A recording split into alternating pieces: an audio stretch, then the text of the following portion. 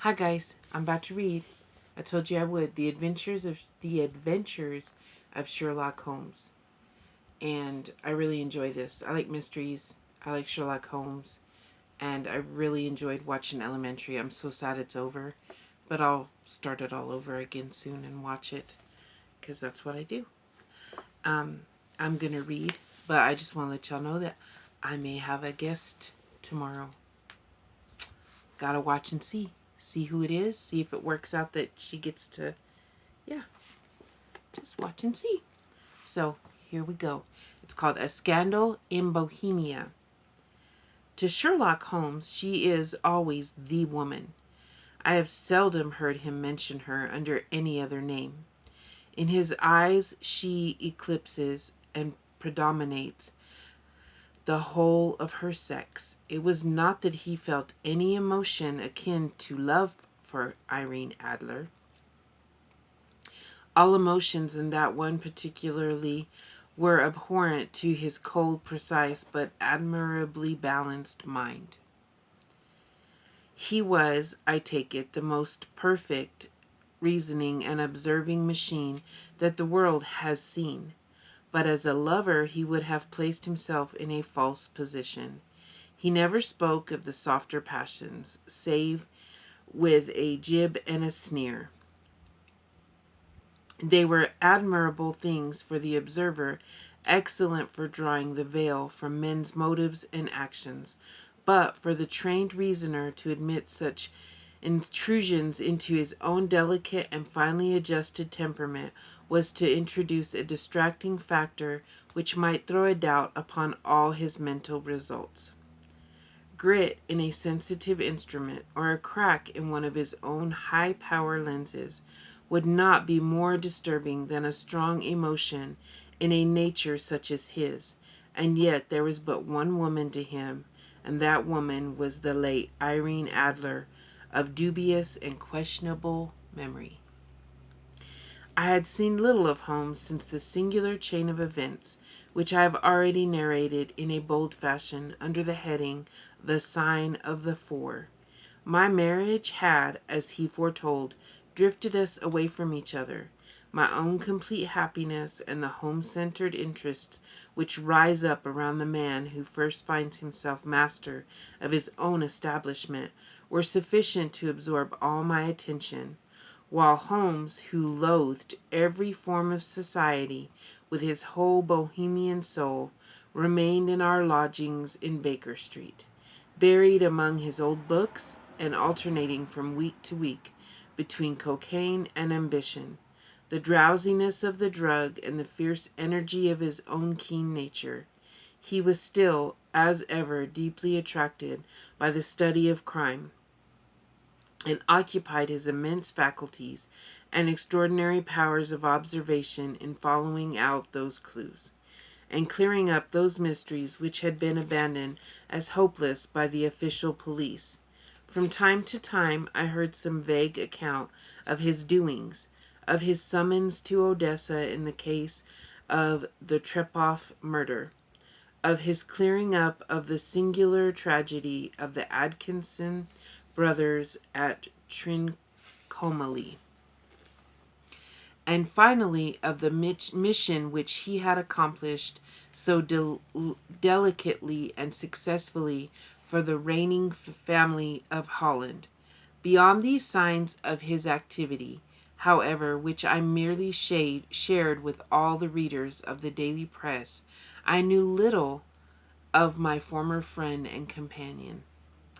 One night, it was on the 20th of March, 1888, I was returning from a journey to a patient, for I had now returned to civil practice, when my way led me through Baker Street.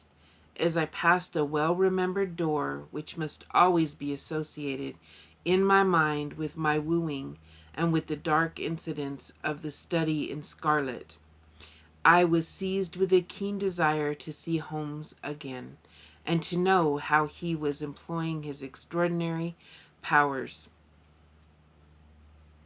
His rooms were brilliantly lit, and even as I looked up, I saw his tall, spare figure passed twice in a dark silhouette against the blind. He was pacing the room swiftly, eagerly, with his head sunk upon his chest and his hands clasped behind him.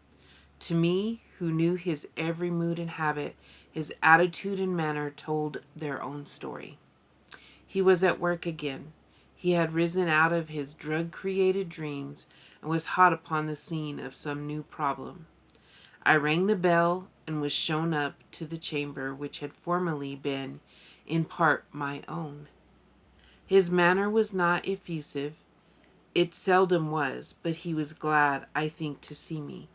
With hardly a word spoken, but with a kindly eye, he waved me to an armchair, threw across his case of cigars, and indicated a spirit case and a gasogene in the corner. Then he stood before the fire and looked me over in his singular, introspective fashion. "Wedlock suits you," he remarked. "I think, Watson, that you have put on 7.5 pounds since I saw you." 7, I answered.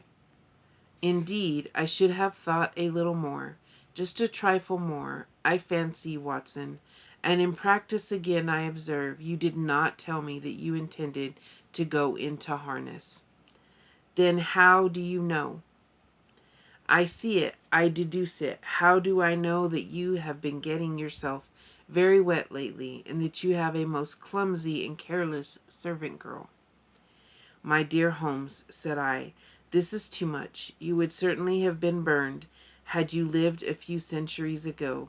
It is true that I had a country walk on Thursday, and came home in a dreadful mess, but as I have changed my clothes, and I can't imagine how you deduce it. As to Mary Jane, she is incorrigible, and my wife has given her notice, but there again I fail to see how you work it out." He chuckled to himself and rubbed his long, nervous hands together. "It is simplicity itself," said he. "My eyes tell me that on the inside of your left shoe, just where the firelight strikes it, the leather is scored by 6 almost parallel cuts.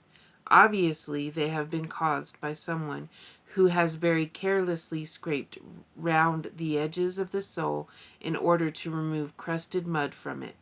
Hence, you see, my double deduction that you have been out in vile weather, and that you had a particularly malignant boot-slitting specimen of the London slavery. As to your practice, if a gentleman walks into my rooms, smelling of iodoform, with a black mark of nitrate of silver upon his right forefinger, and a bulge on the right side of his top hat to show where he has secreted his stethoscope, I must be Doyle, indeed, if I do not pronounce him to be an active member of the medical profession." I could not help laughing at the ease with which he explained his process of deduction. "When I hear you give your reasons," I remarked, "the thing always appears to me to be so ridiculously simple that I could easily do it myself, though at each successive instance of your reasoning I am baffled, until you explain your process. And yet I believe that my eyes are as good as yours." "Quite so," he answered, lighting a cigarette and throwing himself down into an armchair. "You see, but you do not observe. The distinction is clear. For example, you have frequently seen the steps which lead up from the hall to this room." "Quite frequently." "How often?" "Well, hundreds of times." "Then how many are there?" "How many? I don't know." "Quite so. You have not observed, and yet you have seen. That is just my point. Now I know that there are 17 steps, because I have both seen and observed. By the way, since you are interested in these little problems, and since you are good enough to chronicle one or two of my trifling experiences, you may be interested in this." He threw over a sheet of thick, pink-tinted notebook paper, which had been lying open upon the table. "It came by the last post," said he. "Read it aloud." The note was undated and without either signature or address. There will call upon you tonight at 7:45. It said, a gentleman who desires to consult you upon a matter of very deepest moment. Your recent services to one of the royal houses of Europe have shown that you are one who may safely be trusted with matters which are of an importance which can hardly be exaggerated. This account of you we have from all quarters received. Be in your chamber then at that hour, and do not take it amiss if your visitor wear a mask. This is indeed a mystery, I remarked. What do you imagine that means? I have no data yet. It is a capital mistake to theorize before one has data. Insensibly, one begins to twist facts to suit theories, instead of theories to suit facts.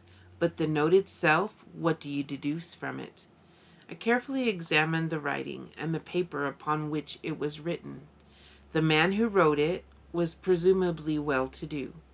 I remarked, endeavoring to imitate my companion's processes. Such paper could not be bought under half-a-crown a packet, and is peculiarly strong and stiff. Peculiar, that is the very word, said Holmes. It is not an English paper at all. Hold it up to the light. I did so, and saw a large E and a small g, a P and a large G with a small t, woven into the texture of the paper. What do you make of that? Asked Holmes. The name of the maker, no doubt, or his monogram, rather. Not at all. The G with the small t stands for Gesellschaft, which is the German for company. It is a customary contraction like our company. P, of course, stands for papier. Now for e.g., let us glance at our Continental Gazetteer. He took down a heavy brown volume from his shelves. Iglonitz. Here we are. Egria. It is in a German-speaking country in Bohemia, not far from Carlsbad. Remarkable as being the scene of the death of Wallenstein, and for its numerous glass factories and paper mills. Ha ha, my boy, what do you make of that? His eyes sparkled, and he sent up a great blue triumphant cloud from his cigarette. The paper was made in Bohemia, I said. Precisely. And the man who wrote the note is a German. Do you note the peculiar construction of the sentence? This account of you we have from all quarters received. A Frenchman or Russian could not have written that. It is the German who is so uncourteous to his verbs. It only remains, therefore, to discover that what is wanted by this German, who writes upon Bohemian paper and prefers wearing a mask to showing his face. And here he comes, if I am not mistaken, to resolve all doubts. As he spoke, there was the sharp sound of horses' hooves and grating wheels against the curb, followed by a sharp pull at the bell. Holmes whistled. A pair by the second, said he. Yes, he continued, glancing out of the window, a nice little brougham and a pair of beauties. 150 guineas apiece. There's money in this case, Watson, if there is nothing else. I think that I had better go, Holmes. Not a bit, Doctor. Stay where you are. I am lost without my Boswell, and this promises to be interesting. It would be a pity to miss it. But your client, never mind him. I may want your help, and so may he. Here he comes. Sit down in that armchair, Doctor, and give us your best attention. A slow and heavy step, which had been heard upon the stairs, and in the passage, paused immediately outside the door. Then there was a loud and authoritative tap. Come in, said Holmes. A man entered who could hardly have been less than 6 feet 6 inches in height. with the chest and limbs of a Hercules. His dress was rich, with a richness which would, in England, be looked upon as akin to bad taste. Heavy bands of astrakhan were lashed across the sleeves and fronts of his double-breasted coat, while the deep blue cloak, which was thrown over his shoulders, was lined with flame-colored silk and secured at the neck with a brooch, which consisted of a single flaming beryl. Boots which extended halfway up his calves, and which were trimmed at the tops with rich brown fur, completed the impression of barbaric opulence which was suggested by his whole appearance. He carried a broad-brimmed hat in his hand, while he wore across the upper part of his face, extended down past the cheekbones, a black visored mask, which he had apparently adjusted that very moment, for his hand was still raised to it as he entered. From the lower part of the face he appeared to be a man of strong character, with a thick hanging lip and a long straight chin, suggestive of resolution pushed to the length of obstinacy. "You had my note?" he asked with a deep, harsh voice and a strongly marked German accent. "I told you that I would call." He looked from one to the other of us as if uncertain which to address. "You may address me as the Count von Kramm, a Bohemian nobleman. I understand that this gentleman, your friend, is a man of honor and discretion, which I may trust with a matter of the most extreme importance. If not, I should much prefer to communicate with you alone." I rose to go, but Holmes caught me by the wrist and pushed me back into my chair. "It is both or none," said he. "You may say before this gentleman anything which you may say to me." The Count shrugged his broad shoulders. "Then I must begin," said he, "by binding you both to absolute secrecy for 2 years. At the end of that time the matter will be of no importance. At present it is not too much to say that it is of such weight it may have an influence upon European history." "I promise," said Holmes. "And I. You will excuse this mask," continued our strange visitor. "The august person who employs me wishes his agent to be unknown to you, and I may confess at once that the title by which I have just called myself is not exactly my own." "I was aware of it," said Holmes dryly. "The circumstances are of great delicacy, and every precaution has to be taken to quench what might grow to be an immense scandal, and seriously compromise one of the reigning families of Europe. To speak plainly, the matter implicates the great house of Ormstein, hereditary kings of Bohemia." "I was also aware of that," murmured Holmes, settling himself down in his armchair and closing his eyes. Our visitor glanced with such apparent surprise at the languid, lounging figure of the man who had been no doubt depicted to him as the most incisive reasoner and most energetic agent in Europe.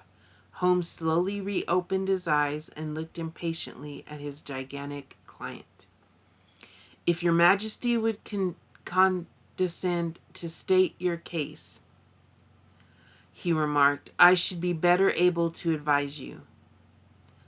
The man sprang from his chair and paced up and down the room in uncontrollable agitation. Then, with a gesture of desperation, he tore the mask from his face and hurled it upon the ground. "You are right," he cried. "I am the king. Why should I attempt to conceal it?" "Why, indeed," murmured Holmes. "Your Majesty had not spoken before. I was aware that I was addressing Wilhelm Gottsrich Sigismund von Ormstein, Grand Duke of Cassel Felstein, and hereditary King of Bohemia." But you can understand, said our strange visitor, sitting down once more and passing his hand over his high white forehead. You can understand that I am not accustomed to doing such business in my own person. Yet the matter was so delicate that I could not confide it to an agent without putting myself in his power. I have come incognito from Prague for the purpose of consulting you. Then pray consult, said Holmes, shutting his eyes once more. The facts are briefly these. Some 5 years ago, during a lengthy visit to Warsaw, I made the acquaintance of the well-known adventuress Irene Adler. The name is no doubt familiar to you. Kindly look her up in my index, doctor, murmured Holmes without opening his eyes. For many years he had adopted a system of docketing all paragraphs concerning men and things, so that it was difficult to name a subject or a person on which he could not at once furnish information. In this case I found her biography sandwiched in between that of a Hebrew rabbi and that of a staff commander who had written a monograph upon the deep-sea fishes. Let me see, said Holmes. Born in New Jersey in the year 1858. Contralto, La Scala, Prima donna Imperial Opera of Warsaw, yes. Retired from the operatic stage, Living in London, quite so. Your Majesty, as I understand, became entangled with this young person, wrote her some compromising letters, and is now desirous of getting those letters back. Precisely so, but how? Was there a secret marriage? None. No legal papers or certificates? None. Then I fail to follow your Majesty. If this young person should produce her letters for blackmailing or other purposes, how is she to prove their authenticity? There is the writing. Pooh, fogery. My private notepaper, stolen. My own seal, imitated. My photograph, bought. We were both in the photograph. Oh dear, that is very bad. Your Majesty has indeed committed an indiscretion. I was mad, insane. You have compromised yourself seriously. I was only Crown Prince then. I was young. I am but 30 now. It must be recovered. We have tried and failed. Your Majesty must pay. It must be bought. She will not sell. Stolen then. 5 attempts have been made. Twice burglars in my pay ransacked her house. Once we diverted her luggage when she traveled. Twice she has been waylaid. There has been no result. No sign of it? Absolutely none. Holmes laughed. It is quite a pretty little problem, said he, but a very serious one to me, returned the king reproachfully.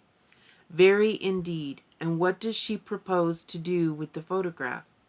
To ruin me. But how? I am about to be married. So I have heard. To Clotilde Lothman von Saxe-Meiningen, second daughter of the King of Scandinavia. You may know the strict principles of her family. She is herself the very soul of delicacy. A shadow of a doubt as to my conduct would bring the matter to an end. And Irene Adler threatens to send them the photograph, and she will do it. I know that she will do it. You do not know her, but she has a soul of steel. She has the face of the most beautiful of women, and the mind of the most resolute of men. Rather than I should marry another woman, there are no links to which she would not go. None. You are sure that she has not sent it yet? I am sure. And why? Because she has said that she would send it on the day when the betrothal was publicly proclaimed. That will be next Monday. Oh, then we have 3 days yet, said Holmes with a yawn. That is very fortunate, as I have one or two matters of importance to look into just as present. Your Majesty will, of course, stay in London for the present. Certainly. You will find me at the Lagham under the name of the Count von Kram. Then I shall drop you a line to let you know how we progress. Pray do so. I shall be all anxiety. Then as to money, you have carte blanche. Absolutely. I tell you that I would give one of the provinces of my kingdom to have that photograph. And for present expenses, the king took a heavy chamois leather bag from under his cloak and laid it on the table. There are 300 pounds in gold and 700 in notes, he said. Holmes scribbled a receipt upon a sheet of his notebook and handed it to him. And Mademoiselle's address, he asked, is Briony Lodge, Serpentine Avenue, St. John's Wood. Holmes took a note of it. One other question, said he. Was the photograph a cabinet? It was. Then good night, Your Majesty, and I trust we shall soon have some good news for you. And good night, Watson, he added, as the wheels of the Royal Brougham rolled down the street. If you will be good enough to call tomorrow afternoon at 3 o'clock, I should like to chat this little matter over with you.